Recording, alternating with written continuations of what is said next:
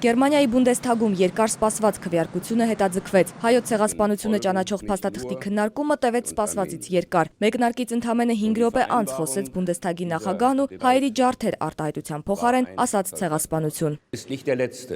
Այնինչ տեղի է ունեցել առաջին համաշխարհային պատերազմի ժամանակ Օսմանյան կայսրությունում ցեղասպանություն էր։ Գերմանիան այդ ցեղասպանության մեղսակիցն է, քանի որ գերմանական կայսրությունն ու Օսմանյան կայսրությունը առաջին համաշխարհային պատերազմում դաշնակիցներ են եղել։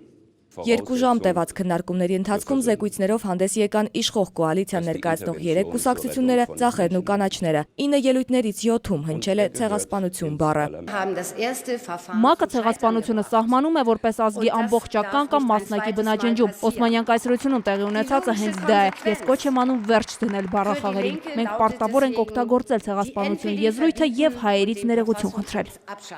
Լիագումար նիստում որոշվեց արտաքին հարաբերությունների հանձնաժողովի նիստ գումարել ապրիլի 30-ին։ Օսմանյան կայսրությունում 1.5 միլիոն հայերի կանխամտածված բնաջնջումն ու տեղահանությունները ցեղասպանություն բառով բնութագրող բանաձևի շուրջ վերջնական որոշում ընդունելու համար։ Գերմանական ու միջազգային մամուլի առաջին էջերին ցեղասպանություն բառն է։ Վերլուծաբաններն արձանագրում են Գերմանիայի արտաքին քաղաքականության վեկտորի կտրուկ փոփոխությունը։ Թուրքական մամուլն ահազանգում է, Գերմանիան դավաճանեց։ Թուրքական սուր քննադատությունը սկսվել էր քննարկման նախօրեին, երբ Գերմանիայի նախագահ Յոահիմ Գաուկը ոչ միայն մասնակցեց Բեռլինի մայրտաճարում մատուցված պատարագին, այլև հանդես եկավ ազդեցիկ ելույթով, դառնալով Դաշնության պատմության մեջ առաջին նախագահը, որը մասնակցեց հայոց ցեղասպանության զոհերի հիշատակին նվիրված միջոցառմանն ու իր խոսքում օգտագործեց ցեղասպանություն բառը։ Այսօր ակնհայտ է, հայերի ճակատագիրը 20-րդ դարն այնքան սարսափելի կերպով բնորոշող զանգվածային բնաջնջումների, էթնիկ զտումների, տեղահանությունների եւ այո, ցեղասպանությունների պատմության օրինակ է։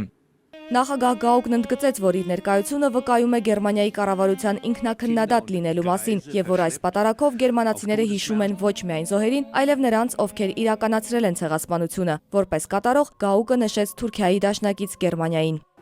1939 թվականի օգոստոսի 22-ին Ադոլֆ Հիտլերը հրեաներին կոտորելու հրամանն արձակելուց առաջ ասաց. «Ով է հիմա հիշում հայոց ցեղասպանության մասին։ Մենք ենք հիշում, որպեսզի Հիտլերը եւ մյուս բռնապետները իրավացի չգտնվեն։ Մենք հիշում ենք, որ կանխենք նման հանցագործության կրկնությունը»։